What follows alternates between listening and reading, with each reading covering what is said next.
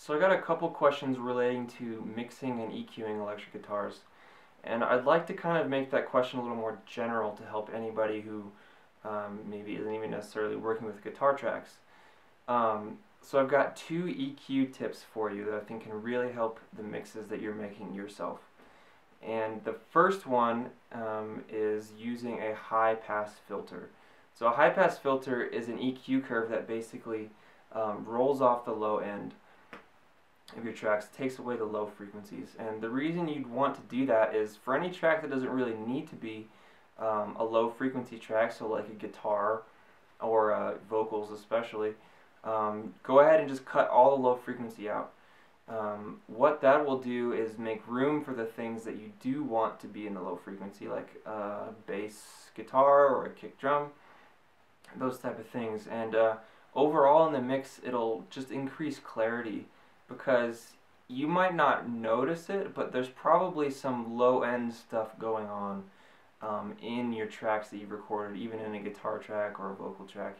So there might be some odd things with the room, or some things that are resonating at low frequencies that might build up when you start adding more tracks to your mix.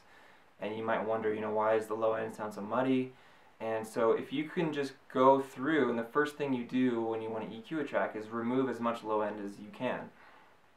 So, roll it up until it starts sounding off, and then roll it back. You shouldn't notice a huge difference in the sound of the track, because most of the frequencies are coming from maybe a mid-range or a high range.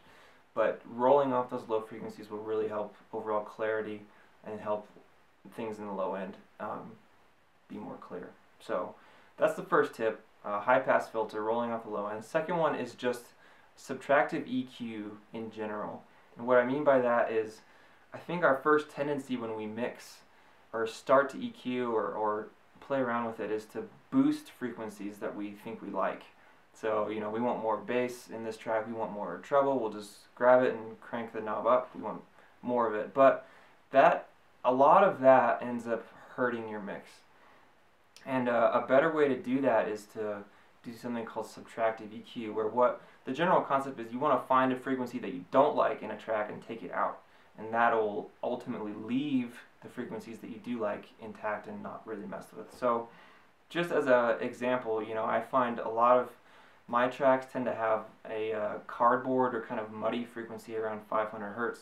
So I will always start with seeing if that helps, cutting off a little bit in 500 hertz, maybe 3 or 5 dB.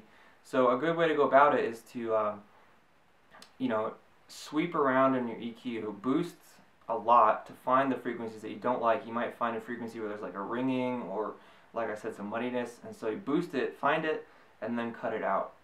So I know that's kind of a lot of technical stuff. Maybe you don't understand, the different frequencies in the EQ range or whatever. I'd be happy to talk about that more, but look into high-pass filters and subtractive EQ. Do some searches on YouTube. There's some great videos that'll help you a lot. Just those two concepts in and of themselves will really help your mixes a lot.